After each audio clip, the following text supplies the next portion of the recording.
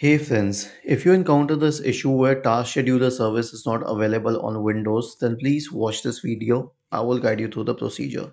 So first of all, check if you are connected to to a domain. And this is very important because if you are connected to a domain, if it's an Office system, then the Task Scheduler service can be banned by the system administrator. So in this case, you will have to manage this first. The next solution is to perform an SFC scan on your computer.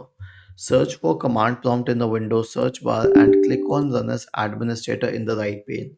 Type the command sfc space forward slash scan now and hit enter to initiate the SFC scan. The last solution will be a clean boot. Why? Because it could be that a third party software product is interfering with the process. So search for system configuration in the Windows search bar and open system configuration.